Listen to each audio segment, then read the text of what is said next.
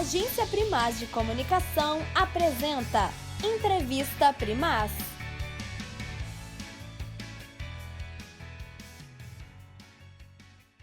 Olá, eu sou Maria Clara Cardoso e essa é mais uma edição da Entrevista Primaz, que já conta com o tradicional apoio da Cedro Mineração e do Grupo 3T. Mas nessa edição tem um caráter especial e contamos também com o apoio da Fundação Gorsex, que é a terceira instituição apoiadora da Entrevista Primaz.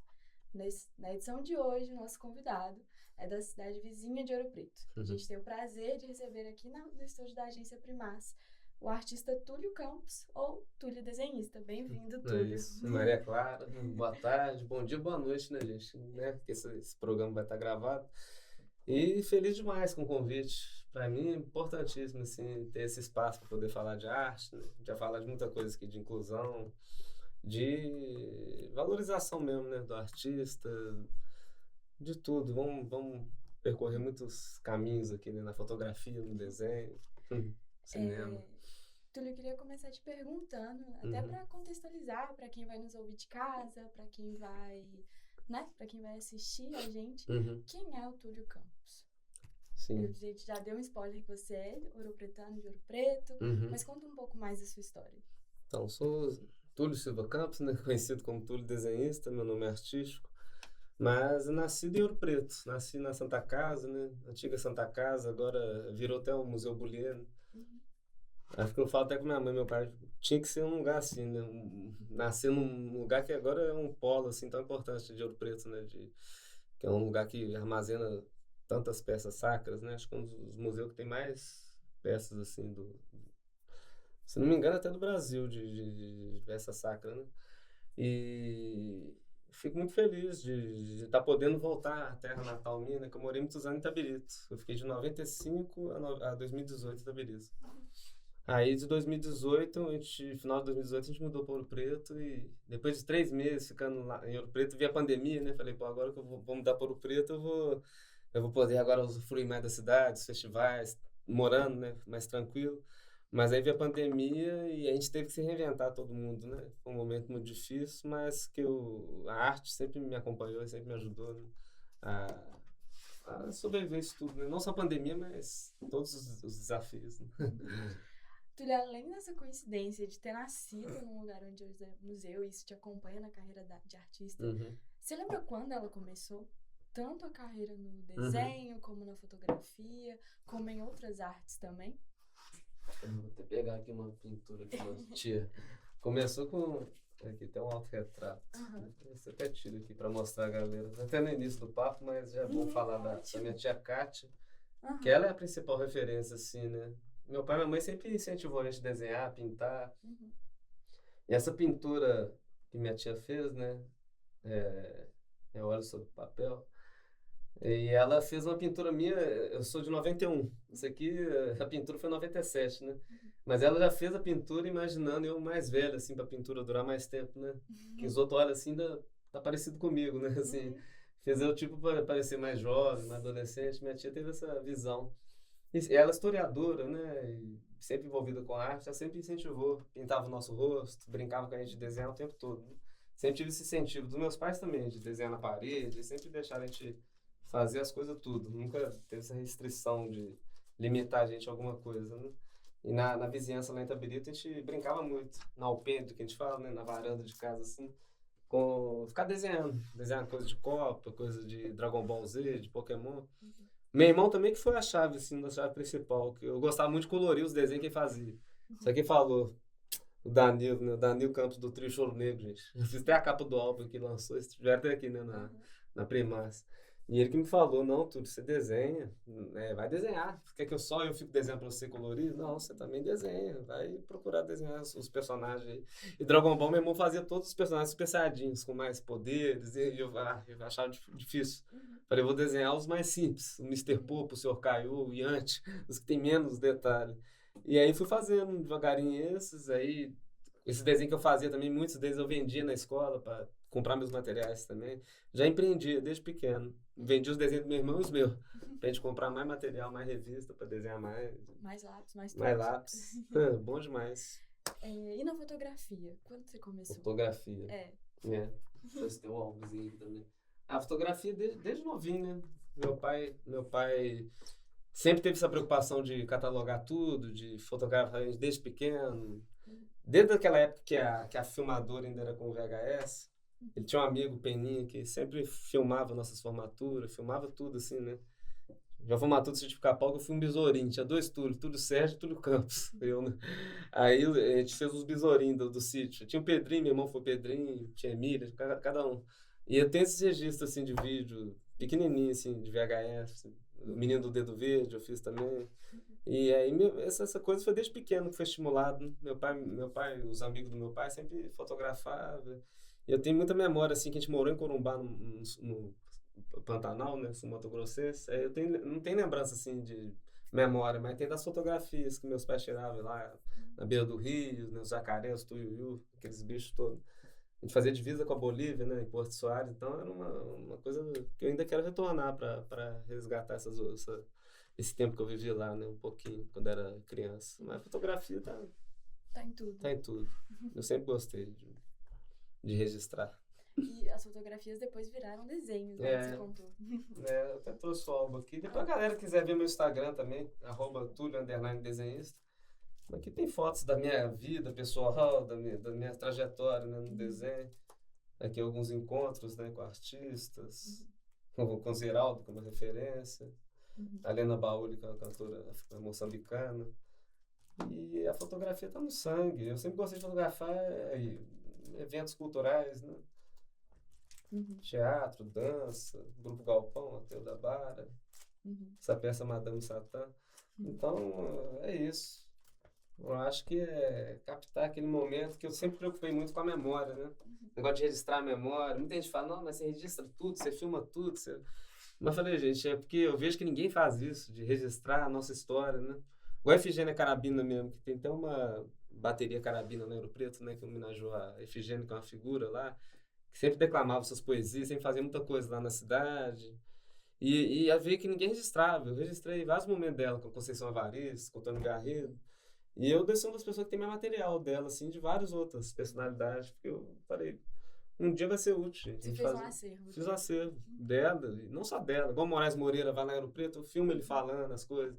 Porque todo mundo às vezes filma só ele cantando, mas ele contando as histórias, que é legal. Que às vezes você não tem nem registro no YouTube. É umas coisas que ele conta ali que às vezes não contou nem pro público dele. Eu costumo registrar tudo, por isso que eu filmo meio que integral, muita coisa assim. Eu ainda quero fazer um documentário com o Vicente Gomes lá de Ouro Preto, que o Vicente falou que ele catalogou o Festival de Inverno de Ouro Preto de 1970 até 90, pouco assim, 99.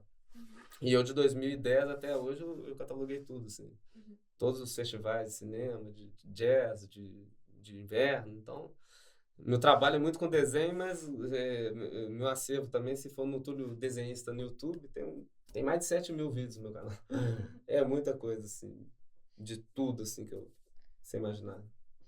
Túlio, a gente conversou um pouco do desenho, da fotografia. Tem outro tipo de arte que você fez na sua vida? Porque você falou do Danilo, e o Danilo é músico. Eu trouxe até umas fotos. Tudo eu trago fotos. Eu gosto de explicar mostrando a coisa analógica. Né? Eu pensei em trazer o iPad, mas é tão chato esse negócio de ficar mostrando foto. Que eu mostro você, essa ideia pública aqui também. O coral, né? Eu falo que o coral, deixa eu mostrar aqui umas... Não, aqui deixa eu mostrar o seu... Como começou tudo, foi o pequenininho aqui desenhando. Olha lá. Não sei se vai dar pra galera ver, né? Só chegar pertinho. Mas essas fotos depois eu vou colocar nos stories pra vocês verem. Mas é aqui que minha tia Kátia, que eu te falei, que fez a pintura minha. Ela que me incentivou, os meus primeiros desenhos, as primeiras pinturas. E ela mesmo que fez as fotos. As nossas férias era isso. Às vezes meu pai e minha mãe queriam curtir um carnaval, vocês querem ficar onde? A gente queria ficar no sítio com minha tia Kátia, que ela fazia essas coisas tudo com a gente. Mas aí, você falou outra arte, além do desenho, é a música, né? Eu sempre fui envolvido com música. Eu sempre gostei de cantar, né? Cantava no coral Academia Livre Cantada lá de Itabirito. Aí foi muitos concertos, né? Foi muito... Eu era tenor na época, né? Eu lembro que eu fui para esse coral ajudar um amigo a buscar uma partitura, tava chovendo um dia.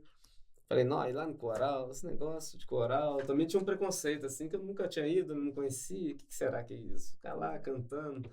Aí meu amigo, vamos lá, só, você pegar a pastura, você vai achar legal. Ele já tava querendo que eu fizesse parte do coral, né? Falei, será? Falei, será que eu vou? Aí eu fui, o maestro já tava lá, já começou, ô, você gosta de cantar o quê? Ele já mandou sentar ali perto do teclado, Tom Jobim, canta aí, tá? Aí eu fui fazendo as notas, ele falou, não, tá tudo bom. Amanhã tem ensaio, tal hora, você tá no tenor 1, não sei o quê, já me colocou no coral, assim, sem nem me pedir. Eu já fui, falei, então tá. E eu fiquei lá 4 anos, meu, cantando, rodando esse Brasil. E é muitas vivências, né? Muita história. Aqui foi até no Globo Horizonte, em Inhotim, no museu, aqui foi no Museu da PUC Minas, lá em Belo Horizonte. Festival Internacional de Corais Itabirito. Então a gente percorreu muitos lugares. A gente foi chamado para representar o Brasil no Festival de Schubert, na Áustria, né? Representar o Brasil. Não era nem Minas, né? Por isso que eu falo que a Primaz que dá esse apoio, esse espaço para falar de arte, de cultura é tão importante que a gente foi chamar para representar o Brasil, gente, em Minas, e a gente, quase 12 mil a gente não foi. A gente tinha 38 mil em caixa, precisava de 50 mil, né? E é uma Copa do Mundo dos corais que fala, acontece 4 em 4 anos, você ir com seus melhores amigos, fazendo o que você ama, e podendo ver gente do mundo inteiro num lugar só. Essa é a Copa do Mundo que fala, né? Ia ter um coral de cada país, num lugar só. Você ia cantar na Áustria, na França, na Letônia e em Portugal. Seus melhores amigos, vendo gente do mundo inteiro, né? Essa é uma experiência. Conhecendo gente também do outro lugar. Todo mundo ia ser a primeira viagem de avião, todo mundo ia ser a primeira viagem internacional. Ia ser tudo primeiro. Não foi porque a gente sabe como é que é o apoio, né? Igual o livro que eu fiz aqui também, ó, o apoio não teve nenhum, gente. Teve sim o meu pai que tá aqui, que trouxe eu aqui, né, pra Primas, ele que foi o pai patrocinador, que pagou o livro, né? Assim, se ele não paga e não faz esse trabalho de valorizar mesmo, porque eu já tinha até desistido. Falei, pai, não vai dar, não. Fiquei 3 anos catalogando todo mundo, coletando todas as autorizações, mas não tenho dinheiro, não tem jeito. Mas meu pai, não, agora eu vou fazer, porque você já esforçou tanto. Meu pai viu esse corre, né? 3 anos indo em todo. Nossa, é muita luta.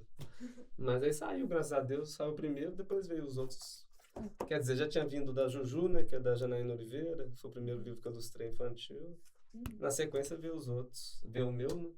Depois Soldados Sem Bandeira e esse que a gente lançou no passado. Que também vamos falar. Do José e João no Caminho para a Escola.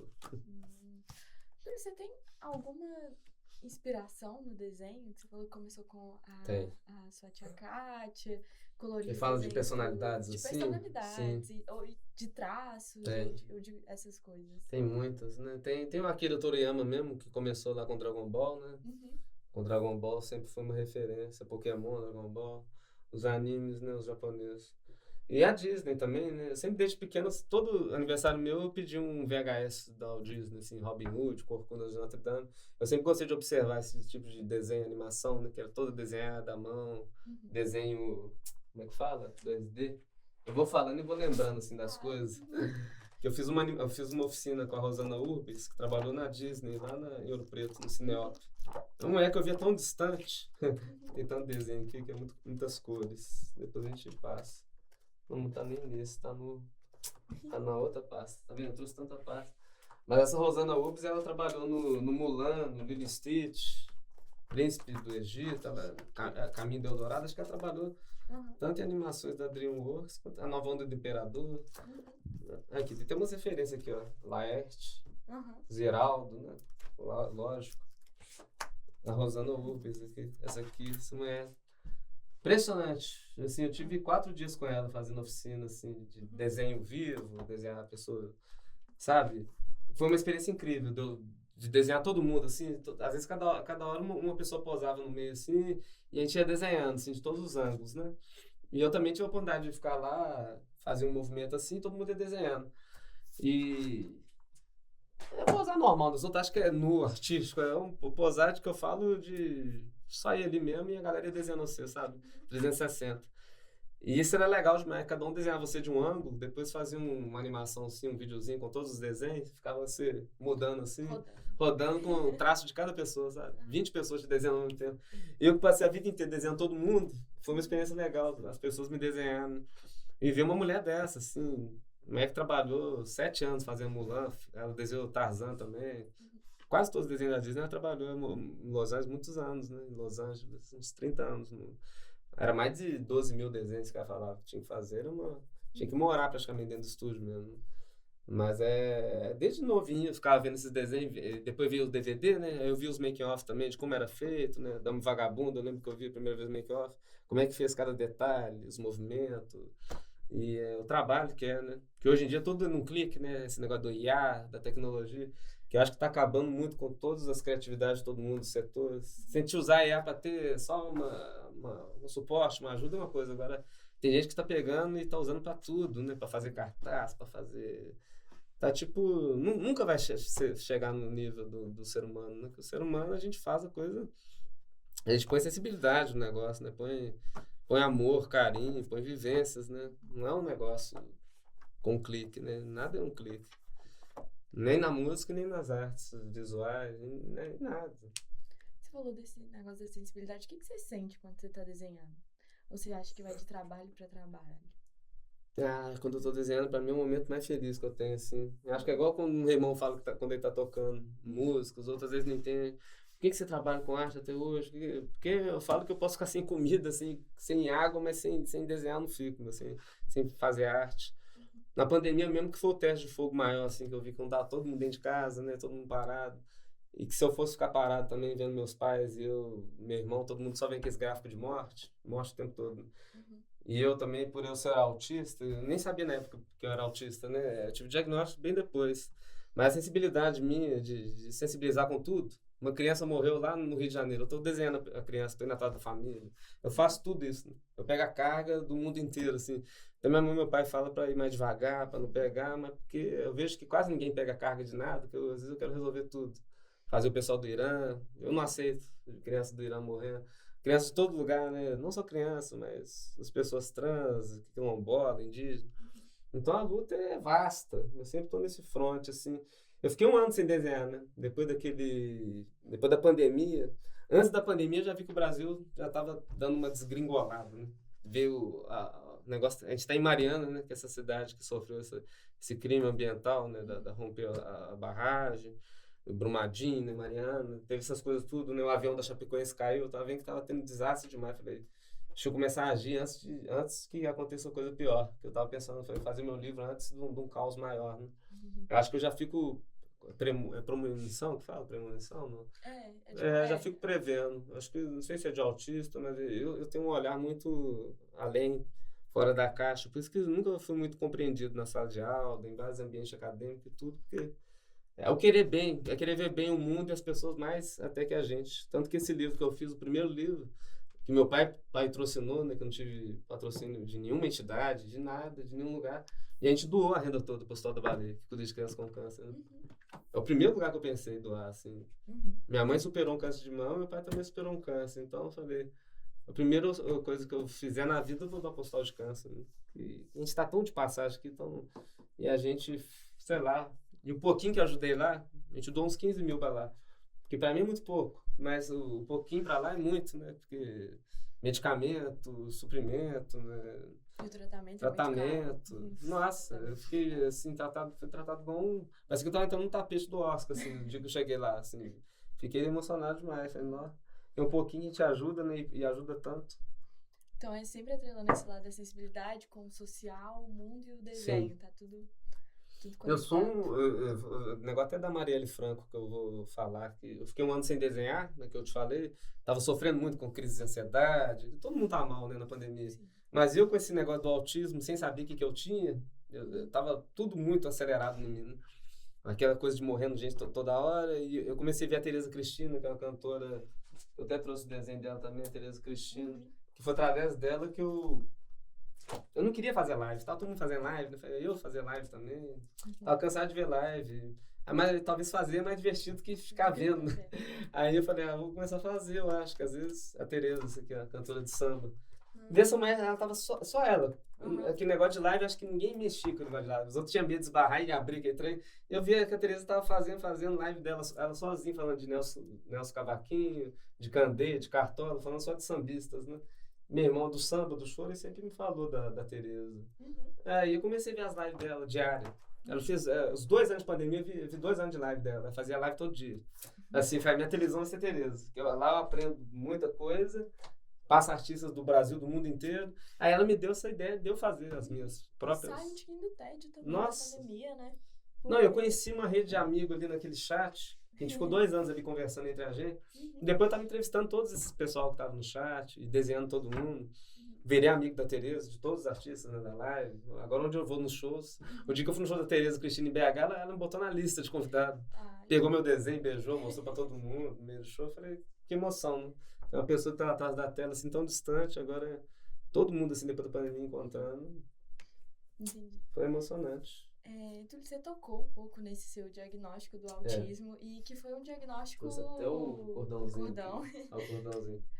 E que foi um diagnóstico tardio, né? Tardio. Na sua vida. Eu queria entender como que você se organizou e também se entendeu depois dele. Eu também fiquei meio confuso. Esse antes e depois. Sim. Porque, pra minha sorte, minha mãe e meu pai sempre observou que eu tinha umas diferenças do padrão, assim, das outras crianças, que eu andava na ponta dos pés. Eu costumava ver um desenho do Rei Leão, rebobinava e via de novo, assim, em sequência, sabe? Em loop. Tinha os estereótipos. Eu tinha, os hiperfocos. Com Disney, ficar alugando o mesmo desenho várias vezes. Eu tinha essa mania de ver muitas vezes o mesmo desenho, de ficar desenhando demais. Mas muita coisa assim, umas visões que ninguém tinha às vezes, que causava estranheza. Não nos professores. Os professores também, muitas das vezes, era igual eu, assim, é músico, tem sensibilidade, e me entendi. Mas os alunos ficavam com raiva de, às vezes, ter uma visão que ninguém tinha. Até depois de maior, assim, que eu fiz o curso de design gráfico em BH, no Senai, né? Aí a professora escrevia um quadro, assim, na louça, aí todo mundo, o que vocês veem aqui? Aí o pessoal, vejo um dado, vejo uma janela. Eu ia lá, fazia uma taquara, fazia uma rabiola, fazia uma pipa voando, assim. Ele queria isso. Falei, não, o que o Túlio fez é isso. Eu quero que vocês vejam além do quadrado, não ficar preso no quadrado. Eu sempre fui essa coisa em movimento, assim. Depois que eu fui vendo as personalidades também que são autistas, aí que eu me identifiquei mais ainda, assim, de querer até mais que expor mesmo, sabe? Porque eu falei que minha vida não tá melhorando nada, deixando escondido. A gente tem que ser o que a gente é mesmo, assim, que eu penso. Eu vi uma criança falando isso comigo, o Clarinha Larchete, que eu fiz na live. Ela falou, a gente tem que ser o que a gente é. Sofri racismo, sofri um monte de coisa, mas sempre deixei meu cabelo do jeito que tá, black e tal. Minha mãe sempre me incentivou. E ela falando pra mim, assim, né, às vezes eu tava desanimado, triste, aí as crianças vão e falam com a gente. Eu entrevistei muita criança também na pandemia, que eu vi que ninguém entrevistava. Eu entrevistar as crianças, que a gente tem muito o que aprender com elas, né? E aprendi tanto com várias delas, assim. A Francine Maria, que a menina tocava sanfona em Ibiapina, no Ceará, ela dava aula para cegos, lá, ela botava a sanfona dela nas costas e o projeto Morcegos em ação. E eu tava mal esse dia, entrei na live ansioso, e ela me contando essa história dela, eu falei, não, eu tô aqui no sertão do Ceará, 13 anos, toco 13 instrumentos, não tem apoio, não tem aula de banda, não tem nada. E, tipo, eu vou sozinho com minha sanfona e dou aula. Passou um pouquinho, assim, que eu entrevistei ela no The Voice Kids, quase na final, Carlinhos Brau, tudo, falei, o bordão dela é a Francine Maria, menina que queria voar, e ela voou. Foi para a Alemanha, foi para vários países, vários lugares. Eu falo que na pandemia eu vi muito isso. Eu tava querendo dar voz quem não tem voz, sabe? Entrevistar artistas trans, indígenas, quilombola, crianças, gente que ninguém... Teatro de boneco, uns negócios assim. Porque eu sentia que de alguma forma eu era excluído. Eu sempre fui excluído, mas eu não sabia o que era. Por que eu sou excluído? Por que eu sou... Eu não sabia o que era, né? Mas aí... Eu entendi depois que veio o diagnóstico, porque eu não olho nos olhos, meu processamento é diferente, né, da pessoa típica, né?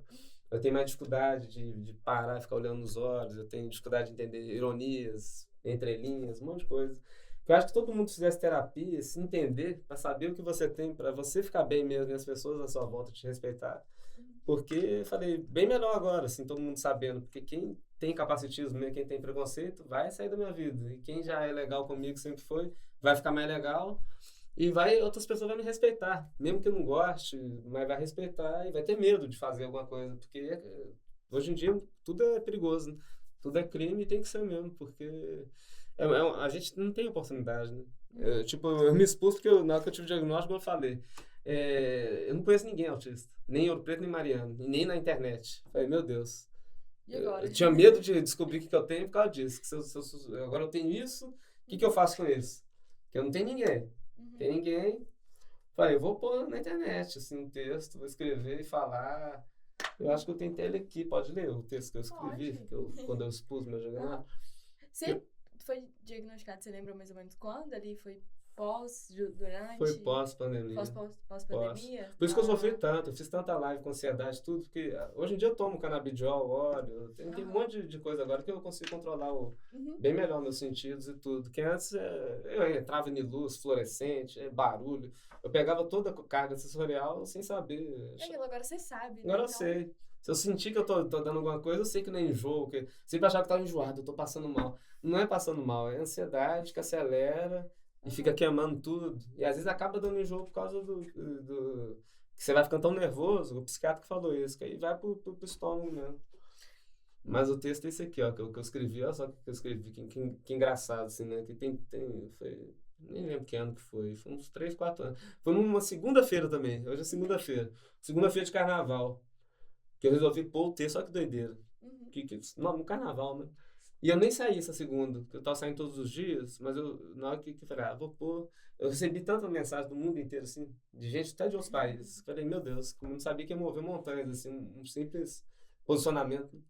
Eu botei assim, recentemente fui diagnosticado com autismo. Eu falei, fiquei muito feliz, autismo é amor, autismo é ajudar o próximo, autismo é não julgar as pessoas.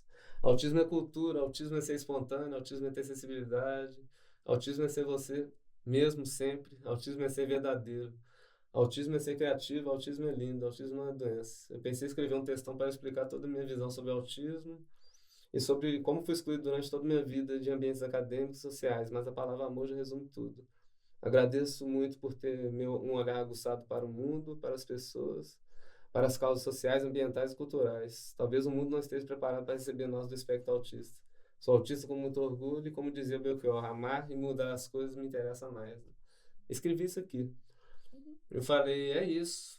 E tipo, eu falei, é só isso. Eu não sou só autista. Eu ponho lá que no meu perfil, todo mundo que entrar na bio vai ver que tá escrito lá autista e tal. Mas eu quis botar isso para desmistificar, porque muita gente acha que, tipo, o autista é... Muita gente ainda tem aquela cabeça ainda pensando que o autista é aquela pessoa que depende de outro para tudo, né? Tem vários níveis de suporte, né? Tem o nível de suporte 1, que é o meu, tem o 2 e o 3. Mas todo mundo acha que o autista é só aquele que não verbal, que fica batendo a cabeça na parede, que fica em crise o tempo inteiro, que não consegue fazer nada, né? Não gosta de abraço, não gosta de comunicar. As pessoas acham que é isso. As pessoas veem meu perfil assim e já me excluem, porque é autista e não quer nem conhecer, sabe? Mas aí pra mim eu acho melhor, porque se a pessoa não quer nem me conhecer, só me julgando pelo autismo, porque quando me conhece acha bacana, mas aí depois eu que não quero, falei, agora que achou bacana, mas sempre me julgou, né? Como... Depois fui ver o Tim Burton, autista, o Anthony Hopkins. Isaac Newton tem todas as conotações de autismo, esse físico e tudo. Na época dele não tinha essa palavra ainda, né? Era até síndrome de Asperger, mas nem existia Asperger também. O Isaac Newton é das antigas mesmo. Mas tudo que eu li assim, das características dele, tudo igual a mim, assim.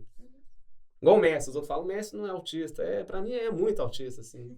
Ele não é autista, assim, ele não quer ter o diagnóstico, ter a coisa sumida, porque o cara tá com a vida feita, assim, já tem milhões no banco. Tem muitas pessoas que é muito rica, assim, financeiramente, tudo, não procura saber que você tem autismo, você não tem. Mas ele porque tem a forma dele pensar jogando. Eu falava com meu pai, assim, o que ele ia fazer antes dele fazer, sabe? Falei com meu pai, eu faria isso. Eu virava assim, ele fazia a mesma coisa. Ele virava, ele pensava igual eu pensava, sabe? Então eu falei, é tudo parecido, né? Foi na final até da Copa, da Argentina e França que teve. Que ele fez umas jogadinhas que eu tava cantando as jogadas tudo antes dele fazer, assim. É um modo de pensar que a gente tem diferente. A gente tem um modo de pensar diferente. Eu joguei bola, eu sempre pensei diferente, assim. Eu sempre me posicionava diferente, sempre... É diferente. A gente tem um olhar, a gente olha uma coisa que ninguém tá vendo. É uma coisa... É por causa, talvez, dessa sensibilidade que a gente tem. A gente tem muita sensibilidade. O autista fala que absorve o mundo muito intensamente. A gente escuta 20 vezes mais. Os sentidos, né? O cheiro, o olfato, a audição. É tudo. É pra tudo mesmo, assim. A gente sente tanto as alegrias intensamente, mas as dores profundamente. Se alguém lá no Irã morre, me prejudica profundamente. Eu tenho que fazer uma charge. Eu faço charge de tudo, né? Quase todas as crianças que morreram, assim, de coisa policial, assim, na pandemia, eu desenhei quase todas. Entrei em contato com todas as famílias. Boate Kiss. Eu vi os documentários, mexeu comigo, eu fiz o sobrevivente. Entrei em contato com a Associação de Vítimas de Santa Maria, lá do Rio Grande do Sul. Então, eu mexo com todos. A Marielle, né? A Marielle que me fez voltar a desenhar, que eu sempre tô falando. Marielle foi importantíssimo. Eu falo que as mulheres que tá salvando esse planeta mesmo. Se fosse depender dos homens só, nossa senhora, meu Deus. Mas dá até vergonha ser homem, viu, hoje em dia, porque, nossa, o trem tá feio. Como que foi essa história de que Marielle te fez voltar a desenhar? Que eu achei Não só ela, assim, né? interessante. Tipo, eu sempre lembro da Elza Soares, Sim. que eu tive com ela, né? Tem até a fotinha aqui com ela. Uhum. A Elza foi importantíssima, que foi a primeira artista que me recebeu, assim, no colo, assim, ela me acalmou. Eu falo muito, né, gente? E a Elza, pô, calma, como é que tá essa família? Ela beijou meu desenho, né? Cadê? Tá até aqui, ó. Aqui. Uhum. Tá até brilhando o desenho. A Elza Soares, O batom gente. dela. Não, a Elza é incrível. A Elza... E ela calma ali, com quase seus 100 anos de idade, e ela, não, vai ter um show agora, né, e tal. Como é que tá seu pai, sua mãe? Beijou o desenho, fez o carinho no meu cabelo, assim. Foi a artista que tem mais paciência comigo, cuidado, carinho. Teve outros, o Jorge Benjó, o Gilberto Gil. Essa camisa eu fiz pro Gilberto Gil. Eu estampei o rosto dele lá, mexia com sublimação lá em casa, com camisa. Eu não consegui entregar ele na mão, assim, no show. Aí eu entreguei o flautista dele, ele levou pra Olinda. Entregou o Gil posta a foto com a camisa. Falei, meu Deus, Lindo. fiquei numa emoção. Não, o seu Valença. Nossa, Valença. Seu Valença, Tony Garrido também, que também sempre apoiou. Uhum. Meus pais, né, no lançamento do meu livro. Que gracinha. Ah, é muita coisa. Uhum. A Tulipa Ruiz, com meu livro também. A gente estava lançando o livro no mesmo dia. Ela lançando o livro que ela ilustrou Carlos Viagem e o meu Artistas Mineiros. Vanderly. É muita coisa, muita. Eu falo que a Marielle, retomando, né, que eu começo a falar de outras coisas, embora tudo. Mas a Marielle foi uma peça-chave, porque eu só fazia desenho mais de homenagem, assim, de artistas, assim. Aí eu fiquei, não posso ficar só nessa. O mundo tá caindo aos pedaços. E esse governo de extrema-direita, esse negócio tá engolindo a gente. Porque eles já estão mortos, por dentro e por fora, né? Mas quer que a gente morra junto. Né? Conseguiu matar 700 mil pessoas, né? Mas falei, eu não quero morrer nesse momento agora, não quero ajudar ainda quem tá pior que a gente. E queria fortalecer meus pais, né, meu irmão. E todo mundo. Eu vi que tá todo mundo mal, pô. Eu vou começar a entrevistar indígena, pessoas trans, quilombolas, tudo. Mesmo que o pessoal me cancele, várias lives que eu fazia falando de LGBTQIA+, de indígena, hacker entrava na minha conta, derrubava a live, a gente abria de novo, fazia de novo, a gente fez várias, assim. Fizemos. Eu vi que a Tereza Cristina também estava nesse front, né? Aí eu fiz charge demais também, comecei a ficar um ativista mesmo. E comecei a ligar, assim, azar, se acontecer alguma merda comigo, mas eu vou pra cima, porque não dá mais. A gente pode morrer a qualquer momento com esse negócio da Covid. E eu não tô aguentando ver esse cara mais, assim, imitando os outros morrendo e fazendo... Não gosto nem de falar o nome, né? Inominável não é bom nem de falar. Que nem tá existindo mais, né? Deixa assim do jeito que tá. A Tereza que falava, vamos mexer nesse ateliê, não, deixa quieto. Mas eu falo que a Marielle, bicho, a Marielle mesmo, assim, eu não conhecia ela pessoalmente, mas eu fiz um desenho dela que a Manuela Dávila postou, deu umas 100 mil curtidas, assim, a Aniele Franco veio conversar comigo. Aí eu fiz uma amizade com ela, assim, a pandemia inteira a gente ficou conversando, toda a live da Daniela, ela nem era ministra da Igualdade Racial ainda, mas a gente conversava muito, assim, toda vez que eu estava na live, eu falava, gente, o Túlio é um parceiro nosso do Instituto Marielle e tal. Eu fiz mais de 60 desenhos da Marielle, assim, desde ela bebê até a fase adulta, eu sempre estava desenhando ela, porque ela estava me voltando a fazer desenhar. A primeira live que eu fiz foi pintando um quadro da Marielle, assim, eu nunca tinha pintado nada. Foi a primeira pintura, direto na live, filmando com o celular e pintando ao vivo, assim. E foi a pintura que eu quero entregar na mão da Marinette, da mãe da Marielle, para a Aniele também. E me deu tanta força, assim, eu comprei o livro das cartas para Marielle, e aquilo foi me alimentando, que eu peguei aquele quadro no quarto, e toda a live minha, ela fazia parte do cenário das minhas lives, né? Eu senti a energia dela ali, sabe? Ali ela estava me ajudando a continuar desenhando, fazer as coisas, sabe? E ser ativista, não só ficar desenhando coisinha. Eu fiz até esse livro aqui, Soldado Sem Bandeira na Pandemia, que é de um trabalhador social lá, um poeta de periferia lá de Itabirito, Gil Costa. Ele é de São Paulo, mas mora em Itabirito. Que aí fala que contribuiu em causas sociais e culturais, assistente social que atua com jovens cumprindo medidas socioeducativas. Soldado Sem Bandeira é um livro que toca na ferida dos problemas sociais e nas incoerências que criminalizam os jovens de periferia. São jovens, né, que não têm oportunidade na vida, a maioria todos pretos, e porque ter feito alguma coisinha errada ou outra, estão cumprindo essa coisa de... Aquela coisa como é que fala? É pena... Tá até aqui escrito aqui, sócio... Fica fazendo coisa social, né? Cumprindo aquela pena da sociedade, né?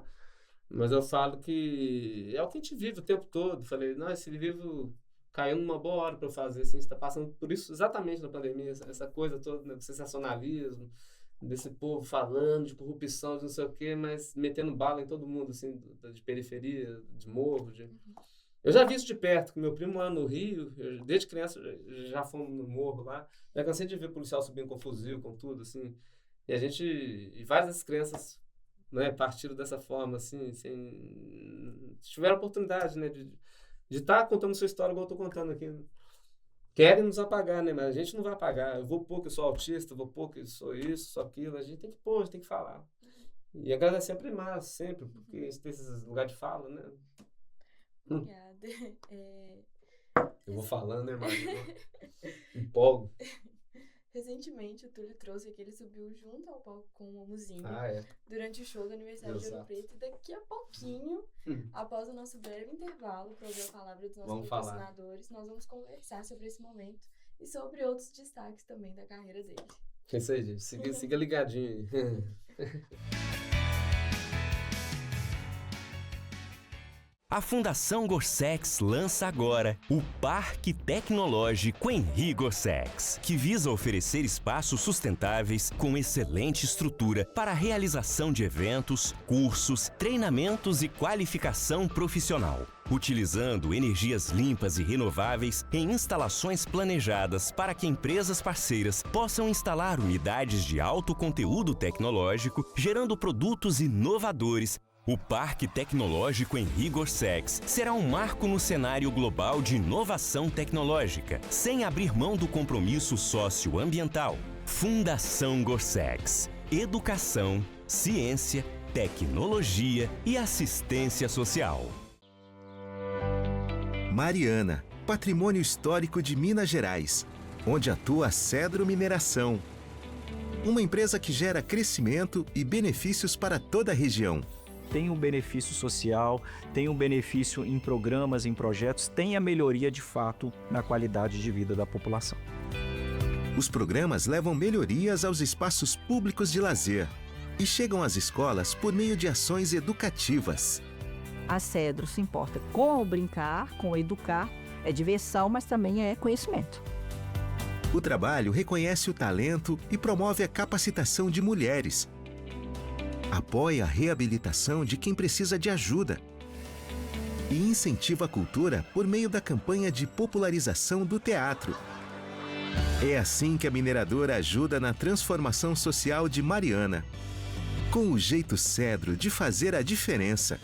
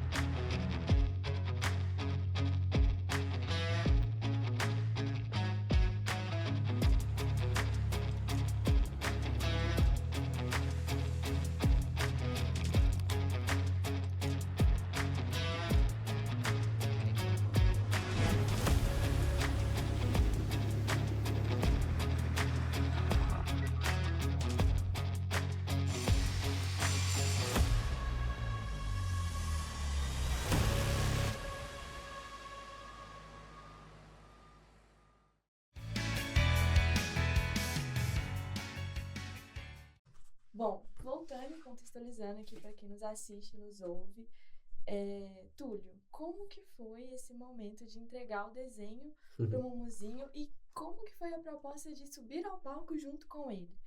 E aí, como que você se preparou? Como que foi? Sim. É a primeira vez que eu tô falando, gente, já sobre esse acontecimento que mudou minha vida, que eu tô falando, tava falando com elas nos bastidores aqui, o desenho aqui do Mumuzinho, uma ilustração que eu fiz no iPad, aquela canetinha da Apple. E, não, mudou minha vida, gente. Eu trabalho com ilustração desde os 15 anos, eu entrego desenho para artista. Sempre tô com minha bolsinha, com meus desenhos, entregando e pegando assinatura de todos eles, né? Sempre fiz esse trabalho. Eu já acho que mostrei em outros blocos e outros desenhos que eu fiz. Eu sempre vou entregando a galera. Ah, Cíntia. a Cíntia. Você vê, quando mais dificuldade a pessoa tem, a gente fala. Ela fez questão de pagar o meu desenho, sabe? Valorizar financeiramente, como o Muzinho fez. Cíntia é demais, né? Grande jornalista, e grande apoiador e grande lutador aí das causas, né, de inclusão, de tudo. Meus pais. E é sempre essa coisa da luta toda, aí fazendo os indígenas, Fernando Montenegro, Conceição, Marina Senna, Zezé Mota. Depois eu vou contar algumas histórias desses aqui, gente, mas só para não perder o foco do Mumu. É que eu sempre levo o desenho e no final eu entrego esse desenho pro artista, né? Eu não gosto de mostrar no meio do show para não incomodar, vai desconcentrar a pessoa, não quer ser o centro das atenções também, porque muitas vezes para o show, né?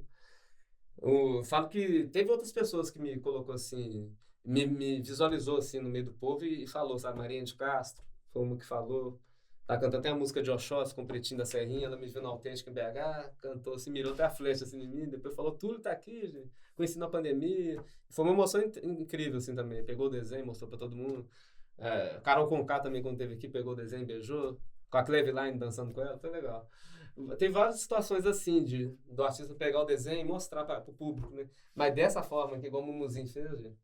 Que tipo, eu não vou nem ser hipócrita, assim, eu escuto o Mumuzinho, mas não é um artista que eu escuto direto, como eu tava falando, assim, né? Eu gosto de desenhar vários artistas que eu admiro, assim. O Mumuzinho eu sempre admirei, porque eu vi o The Voice Kids também, ele sempre tem um carisma muito grande, né? Um cara que eu vi que parecia que sempre quer ajudar as pessoas mesmo, ele tem um coração bom. Tem uma pessoa que mora no Rio, uma amiga minha, Maria da Glória, que conhece ele, assim, já foi no show e falou tudo. Faz o Mumu, cara, que ele vai receber sua ilustração, ele vai receber com o coração aberto seu desenho, faz ele. Falei, vou fazer, já que, sim. E falei, vou sentir que tinha que fazer, né?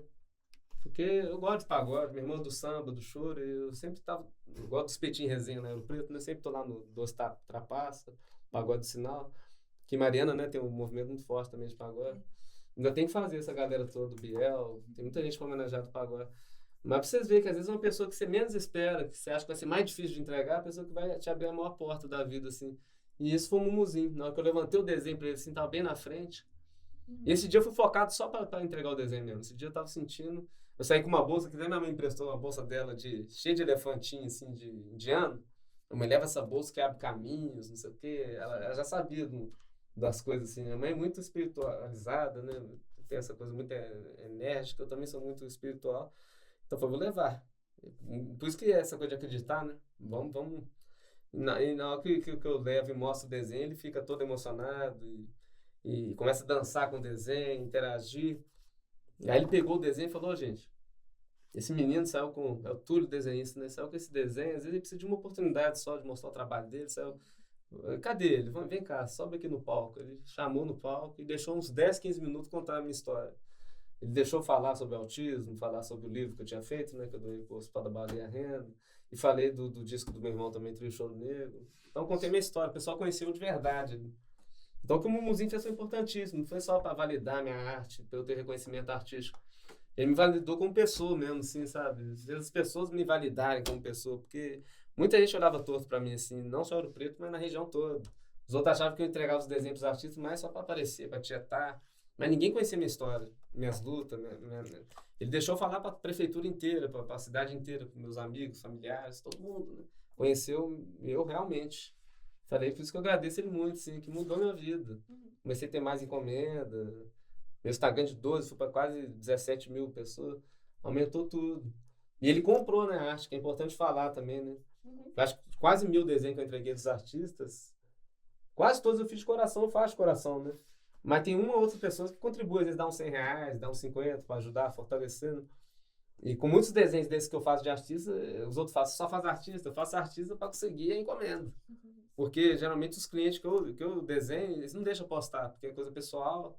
Então, essa luta de fazer tantos artistas é para divulgar meu trabalho, porque eu admiro o artista, mas também para conseguir os clientes que pagam o meu trabalho. Mas o Mumuzinho me valorizou por completo, como pessoa, me pagou R$5.000. Ele falou, vou te dar 5 mil nesse desenho. E eu falo, pô, se todo artista fizesse isso, né, consagrado, que tem um cachê bom, chamasse no palco alguém local para contar a sua história e valorizar dessa forma que ele fez... É uma coisa que ele me deu um combustível de ânimo, continua desenhando, continua fazendo. Ele falou, gente, todo mundo que encontrar o Túlio agora, dá um abraço nele, manda um incentivo para ele continuar fazendo, para ele continuar lutando. E isso ali foi emocionante demais. Eu só não chorei naquele dia ali, porque, igual eu falei, eu chorei a vida inteira. Falei, hoje eu tenho que ficar calmo para eu falar o que eu tenho que falar, porque se eu desesperar agora, eu não vou estar ajudando quem... Não vou estar me ajudando, não vou estar ajudando os autistas, os artistas, independentes. Túlio, vou aproveitar que você já tá com a sua pasta aí. E pra gente conversar dos outros desenhos que você fez. Eu trouxe alguns. A gente tem, você falou de Jorge Benjor, teve o seu Valença. O Trio Choro Negro foi a capa que eu fiz esse ano. Que estiveram até aqui na Primas. Meu irmão, o violonista, Danilo Campos, Thiago Couto e o Giovanni Nassi. E eles estão aí, estão até tocando de São João del Rei, Tiradentes esses dias, estão fazendo aí uma turnêzinha. E vamos junto, né? Vamos fazendo capas. Aqui é o Reinaldo, o jogador do clube que eu torço, né? Do Atlético Mineiro, do Galo. O Reinaldo também, eu fiz esse desenho dele, virou até uma pimenta licenciada do Rei. Ele é um cara que também sempre lutou contra todas as atrocidades na época, né? Contra a ditadura. Ele fazia o punho cerrado na hora que fazia os gols, né? E em relação aos Panteras Negras. E o Reinaldo pagou muito caro, assim, foi uma vida de tipo... Ele é um cara que fez 255 gols com a camisa do Atlético. Todas as finais que o Atlético chegava não ganhava, por causa desse... Ou tirava ele da final, ou os jogadores quebravam ele demais. E sempre quando pegava Flamengo, o time que era do sistema lá da Globo, ficava difícil dele ganhar lutando contra o sistema, né? Não tem jeito de você ganhar uma coisa que você está tentando combater. Ele queria que os jogadores se posicionassem mais, né? Ele queria igualdade para todos e tudo. Ele pagou esse preço de não ganhar os títulos, mas para mim ele tem um reconhecimento muito maior, político, né? Tem até o livro dele, Punho Cerrado, que é incrível.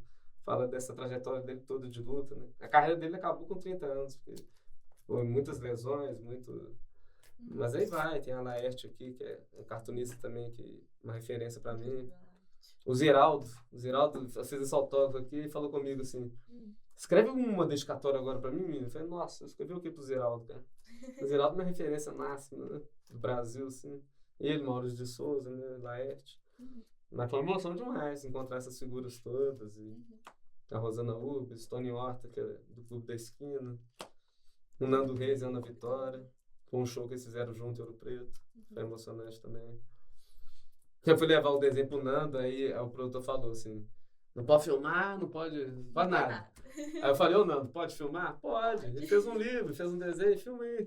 Acho que é isso, gente. Vocês têm que acreditar em vocês. Que geralmente todo mundo fala que não pode nada. Mas você faz um negócio sensível. O cara é artista. Você mexe com arte. Aí você mostra o cara, porra, ele fez um desenho meu. Então, não é um vídeo que eu tô pedindo pro Nando gravar. Fala pra minha mãe aí, né? Canta uma música pra minha mãe. Né? Eu só pedi pra registrar a gente no encontro da gente ali, autografando. Eu sempre gosto de... Até os que eu não encontrei pessoalmente, igual a Marisa Monte, que foi o caso de Djavan. Mas como eu moro ali perto na Praça da UFOP ali, eu escuto lá de casa quando tá passando o som. Falei, pô, Marisa já tá lá, a banda, né? Será que ela vai? Eu sempre fico na meio de butuca, eu vou dar uma olhadinha. Falei, não. E ela não chegava, de jeito nenhum, só a banda, né? Aí a galera, vou no banheiro, vou almoçar. Falei, eu vou ficar aqui. Acho que eu tava até querendo ir no banheiro, falei, mas agora eu tô sentindo que se eu sair ela vai aparecer. Aí não deu outro. Aí a produtora dela chegou e viu, você quer que leve esse desenho pra ela assinar? Porque ela não vai atender ninguém agora, que tá corrido, vai só passar 2 músicas ali. Aí tirou até umas fotos dela assinando, ela autografou, escreveu assim tudo, depois saiu de casa, deu um tchauzinho pra gente. E falei, já valeu, pô, que ela fotografou, e uns artistas assim que é mais difícil, né, de acessar, mas ainda eu não desisto. Eu falei, eu vou tentar na passagem, porque na hora do show é muito complicado. E o Djavan foi a mesma coisa, o Djavan é quase impossível, achei que nem ia conseguir a assinatura dele. Eu consegui porque eu já tinha desenhado os outros integrantes da banda, né, o Paulo Calazans, que é o pianista, o Marcelo, o baixista dele, né, eu tinha desenhado os outros músicos, né. Aí o Calazans falou comigo, eu posso tentar, antes dele subir no palco, assim, ele assinar seu desenho e te devolvo antes do show mesmo. E foi isso, levou assim antes do show lá em Ouro Preto. Foi a primeira apresentação do Djavan na história em Ouro Preto. Acho que foi a primeira vez dele em Ouro Preto que ele falou. Ele nunca tinha ido em Ouro Preto, acho. Foi uma coisa histórica, assim. Você lembra o ano? Não, foi ano retrasado, foi recente, foi essa turnê. Foi esse turnê recente aí, que ele tá até fazendo agora, né? Em BH e tudo. Mas ele fez várias fases da vida dele, né? Faz um trem caprichadaço, né? Todas as épocas do Djavan, ele mais novo, ele no disco Lilás, ele com Caetano, ele com o Steve Wonder, já manda o negócio todo. E aí ele assinou tudo, ele escreveu meu nome, fiquei feliz. A Alessi Brandão também, que é do samba, né? A Tereza, que são o pessoal do samba. A Alessi foi na Cineop em Ouro Preto. Ela já tinha anunciado o nome dela, Alessi Brandão. Falei, não, Alessi, tá te chamando. Não, eles esperam. Que Deus te ilumine, te abençoe, né? Te guarde. Posso dar um beijo? Já deu um beijo sem bochecha. Ela deu um beijo, deu um abraço. Falei, nossa, Alessi. E ela tava com um problema de angioplastia, problema no coração. Ela tava passando dificuldade, tinha feito a cirurgia recente. E vendo aquela força daquela mulher, ela pequenininha assim, fazendo o show que fez, tudo que fez. Por isso que eu sempre levo desenho. É pra dar esse carinho, sabe? Porque eu ganho um carinho forte de volta, mas eu sei que qualquer coisinha pro artista também, o reconhecimento deles, né? Que a vida inteira eu fico escutando essa galera, né? A Mariane de Castro, que foi uma cantora também importantíssima. Baiana, né? Na pandemia a gente fez várias lives.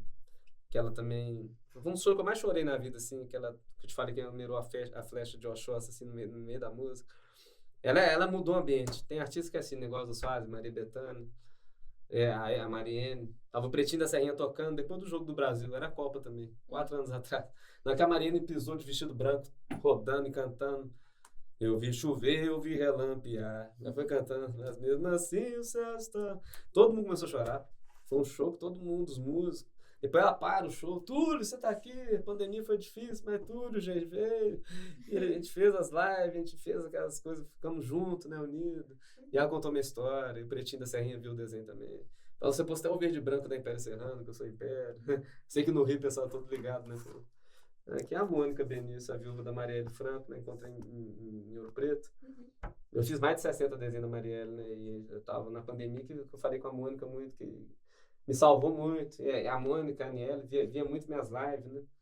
Eu começava a balbuciar alguma coisa de Marielle, assim, alguma coisa, eles entravam no chat, assim, era uma coisa energética, sabe? Eu entrevistava uma menina da Mangueira que canta, assim, um samba que ela cantou lá, Brasil chegou a vez de ouvir as Marias, mãe, Marielles, Malês. Aí falei, não, Cacá pequenininha, né, 10 anos, assim, ela levantou o nome da Marielle lá no Sabódromo, e ela cantando a música, né, ela tava pra cantar essa música da homenagem à Marielle. Falei, entrou a Aniele e entrou a Mônica, canta a música agora. E a Mônica também sempre comigo nessas lutas todas, né, ela tá aí, é uma mulher muito forte. Mestrinho, né, o JP. Falta o João Gomes, né, daquele dominguinho. Mestrinho JP. JP é demais. JP, eu conheci o JP na pandemia também. Tinha uma live lá com o Roger Cipó, que era um Tindó, só de... Era tipo um Tinder ao vivo, assim, de pessoas pretas, assim. Era só artista preto tocando. E a galera ficava lá chamegando lá no chat, uma coisa assim, de pandemia. A galera passar tempo, ficar conversando. E o JP, ele não era conhecido assim, não tinha ganhado Grammy ainda, não tinha esse projeto ainda com o João Gomes e com o Mestrinho. Mas sempre vi esse cara, eu comecei a acompanhar ele, tinha uns 15 mil seguidores, eu acompanhei ele a pandemia inteira, vendo as lives dele tudo. Virou amigo, né, assim, a gente conversa no chat. Depois, quando ele veio para o Preto, né, até falei, não, você vai vir mesmo, eu vou, vamos encontrar lá e tal. E foi emocionante demais, assim, o tratamento que a banda dele deu para mim. Esse dia também eu tava... Como eu falei que você estava com muito pouca encomenda, estava difícil de conseguir os ingressos, tudo. O KB Pinheiro me arrumou um ingresso para acesso ao palco, assim, botou uma pulseira azul, assim, podia acessar o evento inteiro. E foi feliz demais. Por isso que o desenho me traz muitas coisas, assim, os outros falam, mas você não ganha isso, não ganha, gente. Essas experiências com a Elza Soares, com o JP, com todo mundo que eu tive, é um negócio que é muito mais valioso que dinheiro, que coisa material, isso aqui, pro resto da vida, né? Sandra de Sá, Seu Jorge. Sandra de Sá também foi a primeira artista sinfônica de música que pôs meu livro, gravou um vídeo. A galera não queria me levar no camarim, falei, leva só o desenho. Se ela reconheceu o desenho... Tá tudo bem. Aí ela reconheceu, me chamou, quis conhecer. O Seu Jorge também... Foi em Mariana aqui o show. Sim. Entreguei no ano passado. Ele falou, autografa seu livro pra mim, bacana e tal, gostei do seu livro. Gostei. Não, lógico que eu comentei lá, seus desenhos muito bonitos, muito bacana, muito simples o Seu Jorge, muito... Ali de Tamaracá, bateria de carabina lá de Ouro Preto, as mulheradas todas, os tambores. Aqui é Yasmin, filha da Joelma. Isso aqui tem um caso curioso, tem uma história isso aqui. E aqui é o Iago, né? Ele também tá envolvido nessa história. Que foi a peça dele que a gente foi ver. Desse jeitinho mesmo que ele tá, lombriga, foi na casa da ópera.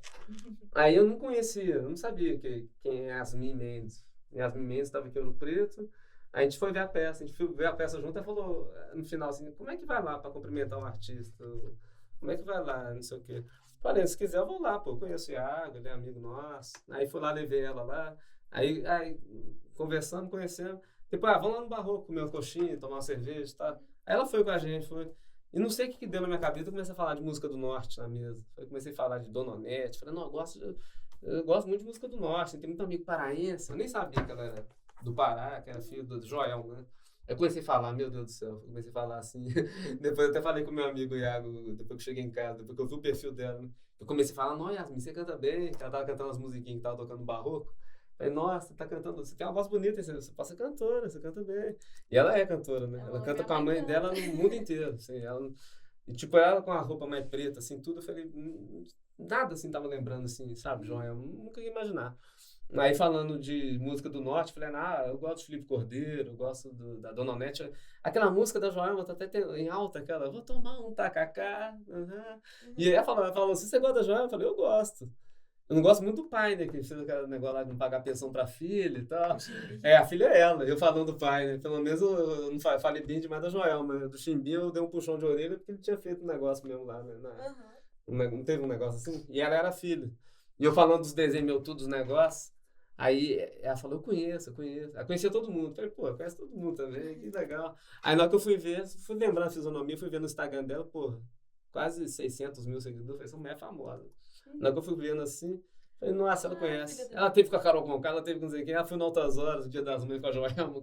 Falei, ô Iago, ela é filha da Joelma, cara. A gente falando da Joelma lá. Loucura, né? E por isso que às vezes é bom a gente falar só coisa boa, que se a gente... Às vezes você não gosta de um estilo, de uma coisa, você começa a falar isso aqui, você nunca imagina com quem você está conversando. Que música do Norte eu sempre achei legal mesmo, sempre gostei, eu falei a verdade, mas eu falo que até coisa que a gente não gosta, a gente tem que tomar cuidado, porque é um tiro pela culatra, porque às vezes você fala e às vezes a pessoa que está ali na frente pode ser filho, ou irmã, ou algum parente, alguma coisa, que às vezes fica um negócio ruim, né? Uma situação... Uma coisa de Ouro Preto tem muito disso. Outro dia eu abri também um desenho assim do PJ, baixei do Jota Quest, a menina falou, no meio de uma balada, assim, abriu o Facebook e caiu no PJ. Falou, meu pai, pô. Falei, não é possível, você é filho do... meu pai, o PJ do Jota Quest. Eu não ia falar com você que é meu pai, porque, né, não tem sentido eu falar, sou filho do PJ, mas você abriu o desenho dele. Que doido. Tive que falar. Falei, olha só, você é filho do PJ, do Jota Quest, que legal. Que é assim do nada, né? Que justamente ela, na hora que abriu a internet, abriu justamente o desenho. Dos milhares de desenhos que eu fiz, abriu logo o dela. Tudo continuando nesse papo de desenho, em 2022 você saiu no G1 com 2 homenagens póstumas, né? Sim. Jô Soares e Gal Costa. Sim. Como que foi esse processo?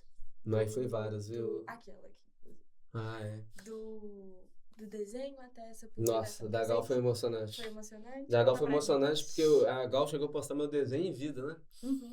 Aquela coisa de acreditar sempre, né? Eu falo com você. Que eu falei, eu vou mandar meu desenho por e-mail, pô. Porque se eu mandar aqui no chat do Instagram vai perder qualidade, não sei se vocês vão visualizar, mandei por e-mail. Ela é de Índia, assim. Essa até é uma mais recente dela. Mas eu postei um desenho dela, aquele disco dela Índia, né? Tocando violão. Sei.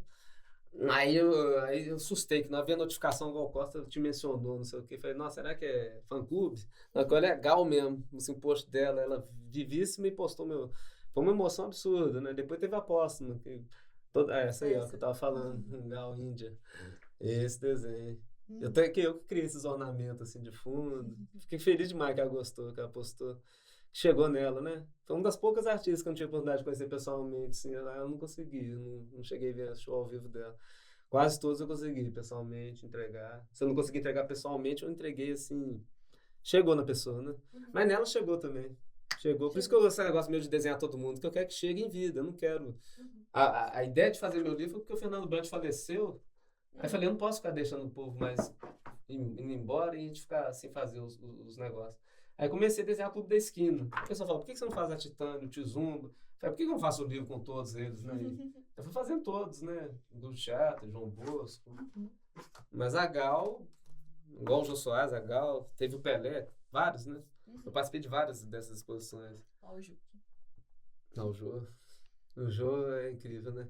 O Jô foi uma referência também, assim. Até na pandemia que eu fiz um projeto chamado Papo Cultural, que eu comecei a entrevistar, fiz quase 50 entrevistas, né, com artistas do Brasil até de fora do Brasil. Mas sempre foi uma referência, sempre assisti, né? Uma falta tremenda que faz no nosso jornalismo, Tem a a Elza. Elza também. Que você Eu falo que ela é a mulher de todos os... Eu falo que é a mulher do fim do mundo. Pra mim, ela é do início, do meio, do fim, ela é de tudo. A artista mais incrível que eu conheci na vida, de todos que eu entreguei, dos quase 1000 desenhos.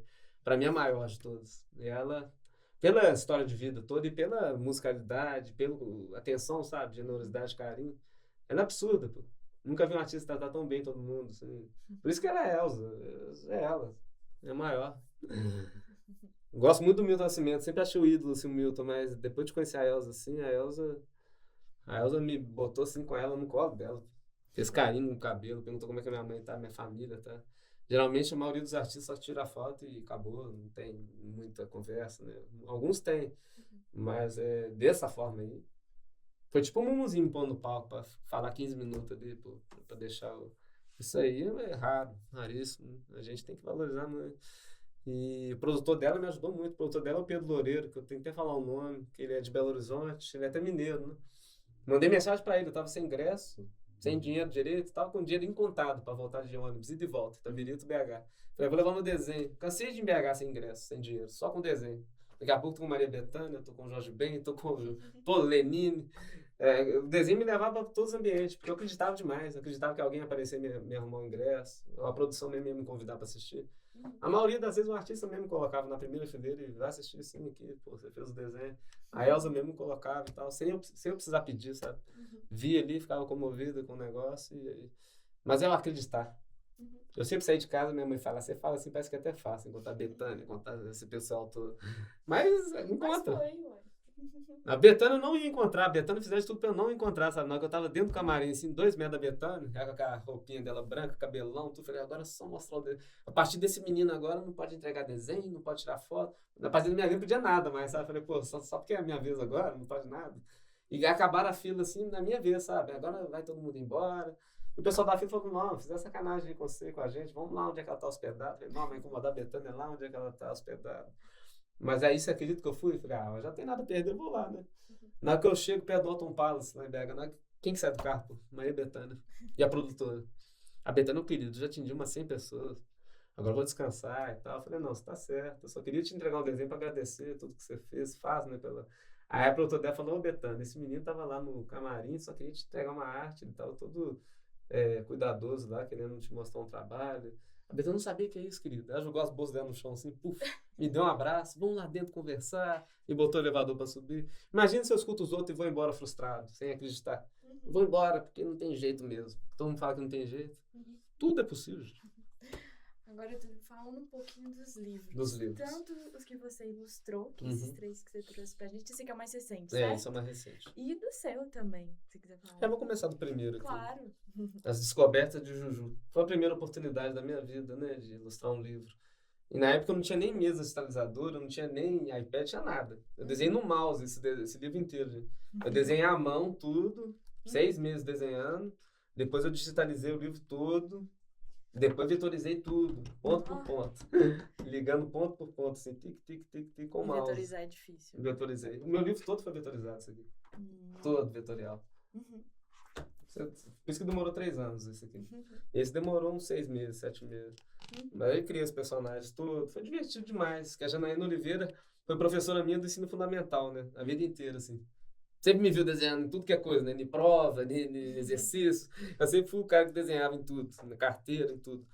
Mas mal sabia que ia trabalhar com ela, né? Depois desse tempo todo. Quem que ela lembrou? Lembrou de mim, né? Eu que desenhava em todo lugar, não tinha jeito. Engraçado que fica na memória, né? E foi emocionante demais, porque a gente levou esse livro para a Paz, para várias entidades, assim, sabe? E ver o pessoal da Paz sem saber até mais do livro que eu, sabe? Os menininhos, não, aquele vestidinho que você fez de bolinha azul, sabia tudo, velho, nós, os meninos sabem tudo. Levei também na escola de criança, assim, Dr. Raul Soares. Tava até passando mal esse dia, a minha mãe falou, vai lá, porque criança, né? Criança você vai até mal, você melhora na hora. Mas na hora que eu cheguei, que foi igual um Oscar também, que eu falei assim, todo mundo gritando e aquela festa. E 40 cartinhas que eu botei, as crianças tudo me desenhou. Falei, nossa, foi uma emoção. Que até a diretora falou, você prefere o quê? Entregar um desenho para artista ou criança? Não tem nem jeito, né? Eu falei, criança, né? Criança é uma coisa pura demais, sincera. E eu sou autista, né? Na época eu nem sabia, mas Eu sempre tive essa coisa, assim, de ser sincero o tempo todo. Eu nunca menti, nunca traí, nunca fiz nada dessas coisas, assim. Quando eu pegava uma coisa que é errada, uma vez eu peguei um granulado no mercadinho quando eu era criança, com uns amiguinhos. Mas eu não sabia falar de onde é que eu tirei aquilo. Aí minha mãe falava, mas onde é que você... Ah, pegamos lá no mercado. Aí ia lá devolver. Então, desde pequeno, eu sempre tive essa criação de... Minha mãe sempre gostou, porque eu sempre falava. Se quebrava uma coisa lá em casa, eu falava, eu quebrei. Eu não sei o quê. Porque acho que as coisas, muito do ser humano, o típico que eu falo, que não é o atípico, igual eu sou autista, é atípico, né? O atípico é sincero, é real, a gente não usa máscara. Por isso que muita gente não compreende, porque às vezes queria ser igual a gente.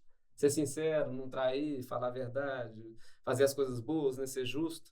Mas as pessoas fazem tudo o contrário. Muitas das pessoas, né, quer fazer as coisas, fala mentira, quer ganhar as coisas por cima, passando por cima dos outros. Então, acho que a gente fazendo bem, falei que uma hora chega a nossa... Por isso que já está esse arsenal de livro aqui que eu estou fazendo. Esse é o primeiro, das descobertas de Juju, Caixa de Recordações. Que é até baseado em fatos reais, assim, que a Juju é até filha da escritora, né, e a vovó Naninha é a mãe dela, né, aí ela conta a história que a Juju mexe na caixa de recordações da vovó e cada elemento da caixa de recordações tem uma história para cada coisa que ela... Cadê? Cada coisa que ela achou na caixa aqui. Aí tem uma historinha que vai contando. Aí eu tinha que fazer aquela pesquisa toda, de fazer a vovó da Juju com a roupinha dos anos 50, 40, aí eu fazia aquele estudo todo, pá. Muito detalhado, que eu sempre fui. Aí tipo esse aqui, bom dia, turma. Eu queria achar uma tipografia de giz, para aparecer giz, não digitado, sabe? Aí eu ia lá no site da fonte, ia lá pesquisar a fonte específica, para aparecer que a professora escreveu o giz. Aqui também o peixinho, que eu tirei a opacidade da água, vou mostrar metade do corpinho dele mergulhado, metade para fora. Aqui é a mesma coisa, o reflexo. Eu sempre tive esse cuidado com tudo. Por isso que é demorado nesse trabalho, porque eu quero fazer o trem todo. Tem desenho em todas as páginas, né? Aqui a Janaína, a Luciana Leão, que fez a correção ortográfica, e eu. E eu retornei no ISAP, que é o colégio que eu estudei em Itabirito, né, a vida inteira, e para falar do livro, depois desses anos todos, e falar com as crianças, né? Que eu falei, estudei aqui, gente, também um dia, quem sabe, vocês vão ilustrar um livro também. Vai escrevendo suas histórias, vai... A gente tá aqui para inspirar, né, uns aos outros. Vamos... Aí fala do outro. Claro, pode falar. Esse é o Soldado Sem Bandeira que a gente tava falando. A gente falou um pouquinho dele. Na pandemia eu ilustrei aquele momento difícil, tudo, né? Fala muito dessa falta de oportunidade, né, dos jovens, pretos, das crianças, dos adolescentes, que às vezes acabam no mundo do crime por falta de acesso à cultura, acesso a ter uma conversa que a gente está tendo, acesso à informação, né? Acesso a oportunidades. Que o jovem hoje em dia, criança de periferia, de favela, o que é essa imagem mesmo, é uma bola pesada amarrada no pé, não tem muito para onde ir, né? É violência pro tempo todo. Meu primo mora no Rio, né? Tem um primo que eu já fui muito criança, assim, lá nesse morro que ele morava, que é Ladeira Tabajara. E eu vi essa coisa da polícia subir com fuzil com armamento pesado. E tinha o pessoal do morro e tinha o pessoal da polícia. E às vezes o pessoal do morro tá sempre mais tranquilo, de boa, mas chega a polícia com aquele armamento todo, que aí começa conflito, né? Começa o conflitamento. E muitas das vezes meu primo não ia na aula, a minha priminha também, por causa... Podia morrer, né? Qualquer momento. No Rio de Janeiro não é brincadeira, né? Ele trabalhou no aeroporto também, ele tinha que ficar escondido atrás do motorista quase toda madrugada que ele trabalhava e largava de madrugada, num horário ruim. Ele pegava aquele ônibus de aeroporto e às vezes sempre entrava assaltante, tinha que ficar escondendo.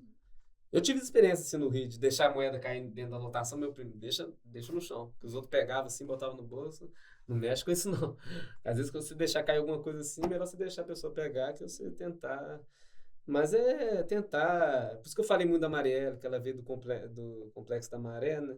Essa mulher lutou tanto, tudo. E a gente tem muita coisa aqui desigual, de violência e tudo, mas esse pessoal estava no front, né? Lutando contra tudo e todos, assim, tentando ajudar tudo da melhor forma, pondo a vida em risco. Por isso que eu falei, vou virar mais ativista, assim, porque a gente tem que se ajudar. Tá todo mundo aí lutando, pelejando. A gente não pode fingir que não...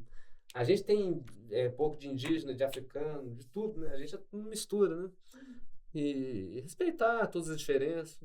Acho que esse diagnóstico veio pra mim, eu comecei a olhar os outros também, né? As outras pessoas que têm outros transtornos, né? Que também não me tocava tanto.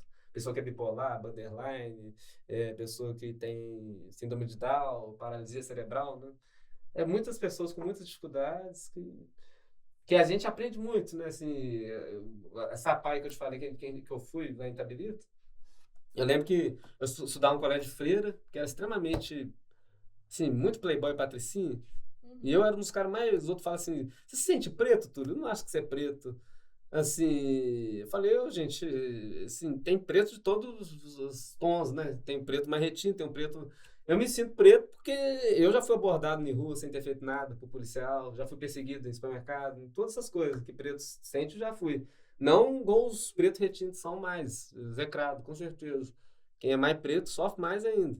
Acho que é mais marginalizado ainda, né? Mas eu já sofri muito preconceito, muita coisa por meu cabelo, meu tamanho do meu nariz, minha boca. Eu via que eu era um dos poucos da sala, assim, da minha sala lá que eu estudei, né, no ISAP, lá em Itabirito. E eu sempre fui nessa coisa de lutar contra o sistema. Talvez por isso que eu sempre fui muito excluído de tudo durante a minha vida toda, porque eu não me curvava. Quando eu vi que todo mundo falava mal da PAI, eu falei, se tiver uma oportunidade de trabalho e tiver a PAI para escolher, eu vou escolher a PAI. E eu era o líder do grupo desse trabalho. Falei, nossa, eu vou causar polêmica. Porque eu fui o primeiro grupo a escolher. Tinha asilo, orfanato, a PAI, e eu escolhi a PAI. Falei, vamos pra PAI. Porque eu também tenho preconceito, que eu não sei, nunca fui. O que tem lá na PAI? Vamos conhecer, né? Pra gente todos quebrar esse preconceito. Todo mundo fala, nossa, você escolheu esse lugar de mongoloide, de não sei o quê. Todo mundo fala mal, né? Falei, não, gente, a gente vai lá pra aprender. Eu tenho que aprender, vocês todos têm que aprender, a gente tem que aprender. E chega lá, eu fui conversar com a menina com paralisia cerebral, né? Todo imobilizado, assim. Fui falar de Beatles, achando que sabia demais de Beatles, né? Aí a menina falou, você quer falar de qual álbum? Do álbum branco, do Sgt. Peppers, do sei o quê? Ela sabia de todos os álbuns, de qual é salteado. Ela sabia todas as datas de lançamento, sabia quem gravou, quem tocou, todas as faixas em ordem cronológica, sabia tudo. Muito mais que eu, de tudo, né? De tudo, não só de Beatles, de qualquer assunto que eu falava. Aí eu fui vendo, falei, olha aí. Que a gente acha que sabe muito, que acha que vai passar trem pro outro, e é a pessoa que me ensinou tudo. Tanto quando eu voltei com o livro da Juju também, achando que era, falar do livrinho lá. Todo mundo já sabia muito mais que eu do livro, porque os meninos lá já tinham lido o livro umas 10 vezes. Já tinha decorado. Já sabia mais que eu, que é escritor. Eu falei, nossa, ele sabe tudo. E é incrível, né? E todo mundo falou comigo, nossa, ainda bem que a gente foi. Todo mundo saiu chorando lá, comovido, porque tanto que aprendeu, o pessoal, tava com o pessoal lá que não enxergava e fazendo a tapeçaria, né? Fazendo os tapetes bonitos, fazendo... Todo mundo aprendeu demais. Falei, é isso que eu queria mostrar, gente, pra vocês. Por isso que eu não saí do colégio particular, por isso que eu não saí do lugar que me excluía, porque não vai adiantar eu ir para um lugar que é igual eu, a gente não muda o sistema, coisas ficando só com os nossos. Eu fiquei do primeiro do fundamental até o segundo ano do médio com gente diferente, com gente preconceituosa, racista, com gente de mansão, que só bebe, usa droga, é só isso que eu vi. Não é meu padrão de vida, não é o meu estilo de vida. Eu ia nas festas tudo, para tentar controlar aquele ambiente todo. Olha a doideira minha. Os outros, não, você vai? Eu vou, porque eu sei que vai rolar tudo lá e eu não quero que a galera se... Porque eu fico pensando em me colocar no lugar daqueles meninos, sabe? Daquelas meninas. Porque podia ser eu, filho desses caras, dono de mansão, que tá nem aí pros filhos, joga os filhos lá pra baixo, deixa embebedar, drogar, e azar. Só se alguém tivesse quase tendo um coma alcoólico, passando mal, que chegava algum dos pais lá e, tá passando mal, vou ligar pra sua mãe. Mas é isso. Eu falava com a minha mãe, vou lá ficar igual um autista, eu falava com a minha mãe, ficar igual um autista, eu falava disso. Ficar lá tocando bateria, ficar fazendo as coisas. Porque eles tinham tudo, só que, olha só, essa coisa material é uma bobagem. O cara tinha estúdio, tinha sala de cinema, tinha tudo, mas não via um filme, não lia um livro, não tocava um instrumento. E eu não tinha instrumento, não tinha livro, não tinha os negócios, mas alugava o livro na biblioteca, ele alugava as fitas, assistia os filmes e tocava, fazia aula, coisa social, participava, coral, né? Pra você ver que não adianta, acho que desestimula às vezes até você ter tudo demais, né? Porque aí a pessoa tem tudo, não precisa nem aprender. Muita coisa. E a gente muda o mundo assim, é divergindo, mas de jeito elegante. Eu mudei muito voto e muita gente assim. O pessoal me agradece hoje, sabe? Hoje que fala assim, nota, depois de 10, 15 anos agora que eu vi. Chegar para um de amigo meu candidatar a prefeito e lutar contra esses caras lá, na unidade popular, assim. Eu falei, é isso. Porque se eu não aguento as pontas aqui... Porque eu vi que tinha gente pior que eu, sabe? Tinha uma menina lá que chama até Sara, assim, acho que é a única interna, assim, que morava no colégio com as irmãs e tudo. Mas era a pessoa mais execrada do colégio inteiro, assim, por ser preta, retinta e que mora ainda no colégio. Eu falei, eu não posso abandonar essa pessoa. Pô. Se não dá pra todo mundo viajar, eu não vou viajar. Eu era assim. O diretor chegava, vamos viajar pra Paraguai, pra Foz do Iguaçu. Eu falei, não, pô, se não dá pra todo mundo ir. Eu não fui em várias viagens, porque eu falei, não. Meus pais até se esforçariam e ia deixar eu viajar. Falei, mas se não dá pra todo mundo, eu não vou sentir bem indo. E o povo ia. Falei, mas aí cada um tem uma cabeça. A minha é todo mundo ter a mesma coisa. Agora, esse aqui.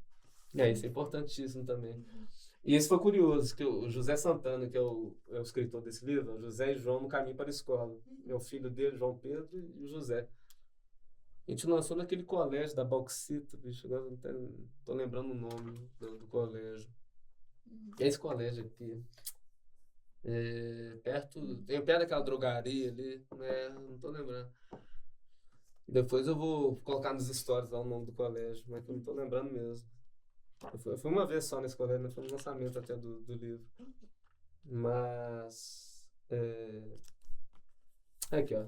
Espere as histórias embaladas pela curiosidade de uma criança e por um pai amoroso disposto a saná-los. Os assuntos percorrem temas que vão desde a alimentação saudável até os impactos ambientais da mineração, proporcionando uma leitura cheia de reflexões e também divertida, que certamente encantará não só as crianças, mas também pais e professores. Então, o que é esse livro? A gente fez esse livro para mostrar coisas para as crianças sobre alimentação saudável, sobre os malefícios das mineradoras. E o momento que eu conheci ele foi até, tipo, ele estava parando de beber, ele tinha escrevido um livro que chama Etanol, que tinha vencido essa coisa com dependência química, essas coisas, né? Ele tinha acabado de romper um relacionamento, ele estava numa situação muito difícil, assim, de vida, né? Um momento muito complicado. E a gente falou tanta coisa, falei, um dia a gente vai fazer um trabalho juntos, um projeto, e vamos vencer junto aí essas dificuldades suas, as minhas também. E hoje ele nem bebe mais. E fez um livro sobre alimentação saudável, denunciando todas essas coisas de produtos industrializados, né? Fez a Bala Glix e o Senhor Ganância, falando dos malefícios, né? Que é tudo dinheiro, né? Que esse capitalismo todo. É tudo o filho dele, né? Fiz vários desenhos do filho dele. Aí falando de vírus também. E várias coisas, né? De cultura, de banda, de saúde. Aqui, um desenho tipo a mineradora drentando Ouro Preto aqui na Praça Tiradentes. Eu morei em Itabirito, né, em volta de mineradora. Foi uma das coisas que me fez sair de Itabirito, foi essa coisa de falta de oportunidade na cidade muito voltada à mineração, que eu não tinha muito para onde eu ir, sabe? Eu vou trabalhar só no comércio, vou trabalhar em pizzaria, supermercado, o restaurante japonês, ou vou trabalhar na mineradora. Eu falei, isso não quero. Meu pai trabalhou muitos anos no Gogô de mineração, assim. Se eu estou vivo até hoje também, eu devo um pouco à mineradora que meu pai trabalhou, que construiu a vida dele. Se ele não trabalha lá, talvez a gente também não tinha essa estrutura para eu montar meus trabalhos de arte também. Porque meu pai que pagou até meu livro e tudo. Tem umas coisas sim, mas a gente tem que conscientizar que a mineração faz mal demais, com muita coisa. Isso aí é que na época dos meus pais não tinha muita escolha. Ou você vai trabalhar em mineração ou você vai morrer de fome. Mineração é um comércio. Não tinha. Meu pai também é artista, desenha, toca violão, canta, faz um monte de coisa. Só que não tinha como ele escolher essa vida de tentar ser artista. Ele tipo que minou a vida dele toda para trabalhar. Trabalhou na Amazônia, trabalhou no Brasil todo, assim. Trabalhou em cada lugar, assim, sem GPS, sem nada, assim. Jogava ele dentro de um campo lá, de bússola. Se vira, igual o Indiana Jones. Não tem celular, não tem nada. Na época era assim. Você passou mal sozinho, fica por lá, né? Igual esse negócio da mineradora minha aqui, da barragem, né? Que meu tio tava numa dessas aí de Samarco, né? Meu tio tava lá. Eu fui falar com minha mãe desse noticiário. Eu nem sabia que meu tio tava lá. Só que ele tinha mudado de setor no dia. Mas quase que imagina, né? Quase que eu arrebento, não só, tipo, quase que eu perco um tio e minha mãe ainda dá um negócio, né? Porque ela sabia que ele tava lá. Eu fui contar achando que é um desastre, assim, que eu tô contando pra minha mãe saber, né? A gente acaba com essas notícias, a gente vê, a gente fica impactado demais, né? Aí acaba contando. Eu não sabia que meu tio tava lá no negócio. Quase que... Perdeu muitos amigos, todo mundo, né? A gente perdeu, né? Todo mundo perdeu. Perdeu uma história. Eu mesmo não conheci Bento Rodrigues direito, não conheci. Meu pai já esteve lá, já. Meu pai poderia ter sido uma vítima dessa, né? Que trabalhou em várias dessas barragens já. Já arriscou a vida em muita coisa. Mas é isso, assim. Não chegou a hora, né? A gente tem que ficar e vamos ficar.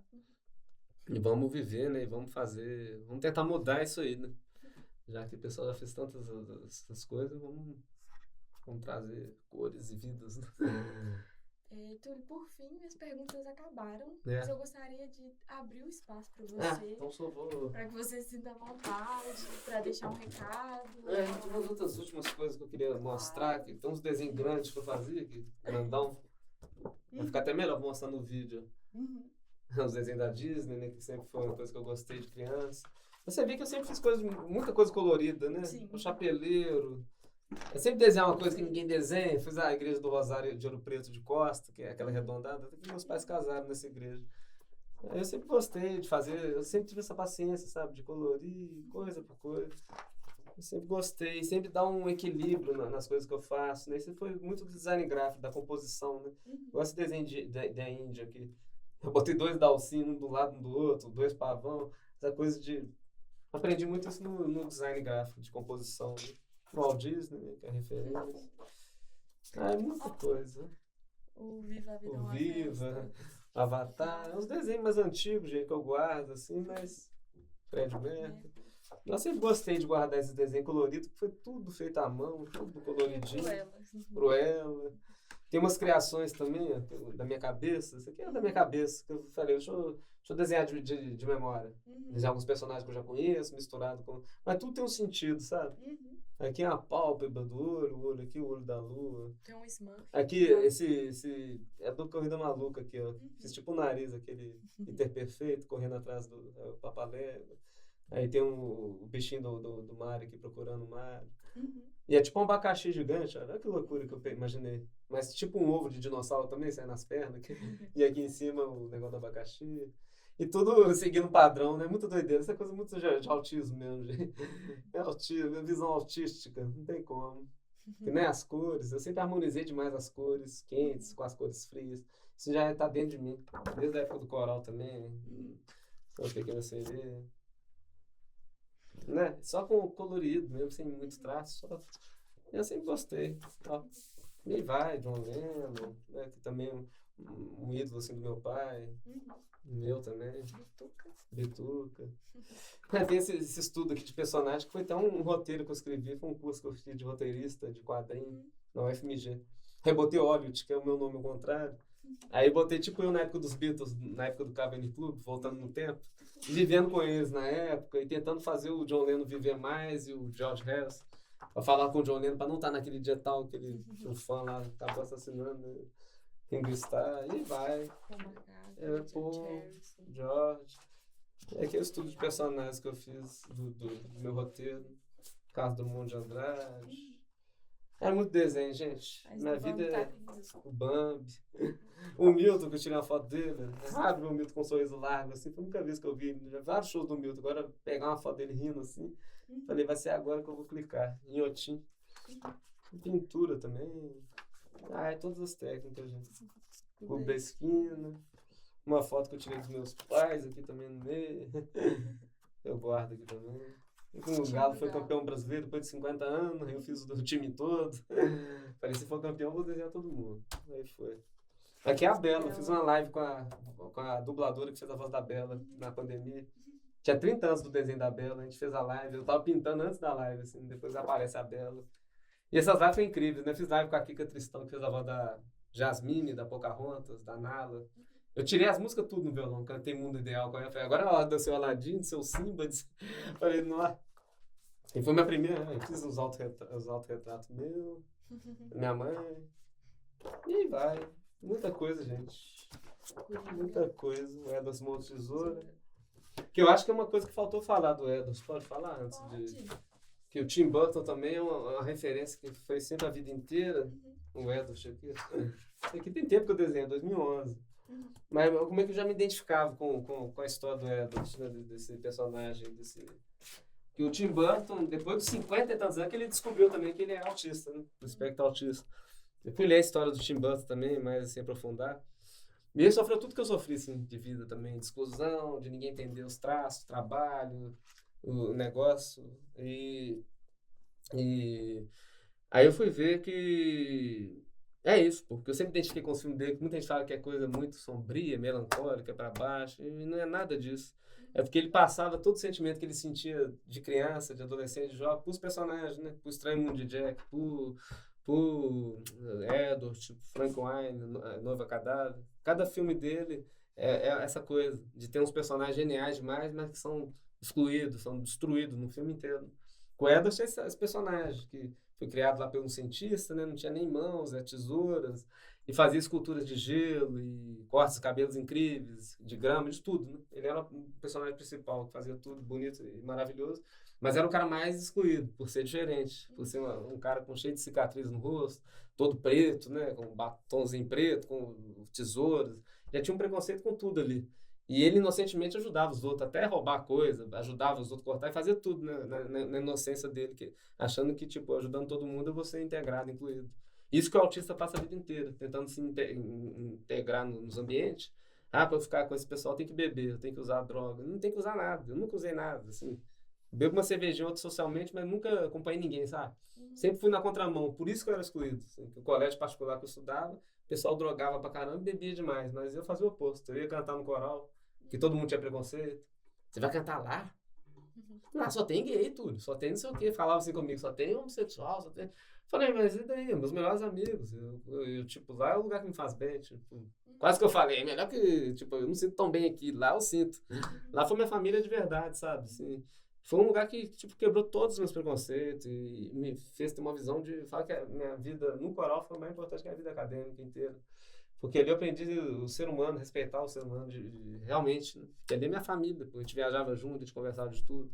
Era todo mundo junto. A gente tinha que estar em comunhão junto, né? Tinha que cantar, tinha que escutar o outro. No colégio era todo mundo ao mesmo tempo, sabe? Com o autista, isso, aquela aceleração, aquela falazada, todo mundo individualista. Né? Eu com meu salgadinho, não dou pra ninguém. Eu com o dono da bola. Lá na escola tinha muito isso, ninguém ajudava ninguém. E lá no coral, ao contrário. Por isso que eu amava. Todo mundo se ajudava, todo mundo se potencializava. Tinha uma rinchazinha ou outra de coisa assim, de querer pegar solo, os outros tinham essas coisas. Mas o que o maestro queria passar para todo mundo é para todo mundo ser o que é. Eu lembro que uma vez eu fiz um solo surpresa num concerto, um mês de coral que eu fazia. O maestro queria falar, gente, eu mandei o Túlio fazer o solo surpresa para mostrar para vocês que todo mundo pode.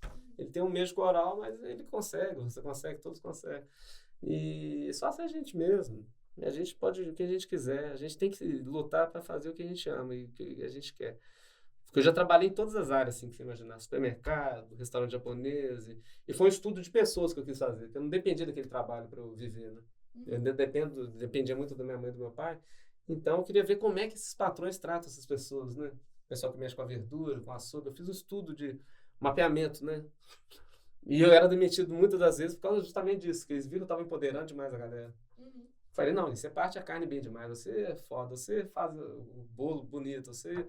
Eles não querem isso, eles querem que a gente trabalhe calado, come o alimento ali em 5 minutos e volta a trabalhar, e trabalhar, mas sem querer que as pessoas não quer que as pessoas cresçam, né? E eu entrava nesses ambientes para crescer todo mundo, falei, não. E discutir com todos os patrões, né, se xingava alguém com homofobia, com alguma coisa, assim, racismo, qualquer coisa, eu sempre tava batendo boca, sempre tava discutindo com todos os patrões. Eu era o cara que não aceitava. E xingava o cara, eu xingava e eu não aguentava, sabe? Por isso que eu não aguentava mais. Eu tava sendo num ambiente muito... Parece que eu tava dentro da boca do lobo todo dia, sabe? Todo dia ficar trabalhando nos ambientes desses, eu não tava conseguindo ter energia pra viver. Mas o meu recado foi dado. E se precisar, eu volto de novo, porque eu já trabalhei, eu não tô bem com pessoas, assim. Garçom e tudo. Túlio, por fim, como que a gente faz pra te acompanhar nas redes? Qual que é seu arroba? Falar o arroba, né, gente? Tá esquecendo aqui. O dia do Mumuzinho foi a mesma coisa. Já saí do palco e falou, fala o seu arroba pra galera. Meu arroba é Túlio_desenhista. Qual câmera aqui que eu... Pode falar pra essa. Sigam lá, gente. Túlio_desenhista e Túlio Desenhista no YouTube, Túlio Desenhista em qualquer rede, Facebook. Vocês vão encontrar meus trabalhos lá. E é isso, né? Meu perfil é Túlio Desenhista. Todo mundo conhece como Túlio Desenhista, os desenhos, né? Eu quis focar mais no desenho, porque eu mexo com muitas artes, mas a arte tem que focar em alguma, né? Túlio, muito obrigada pela nossa entrevista. Muito obrigada também ao apoio da Cedro, ao Grupo 3T. Valeu. E agora a Fundação Gorsex. E claro, ao público que nos assistiu até agora. Nossas redes são @Agência Primaz no Instagram e no TikTok e agenciaprimaz.com.br no nosso site. A gente te aguarda na próxima edição da Entrevista Primaz. Foi.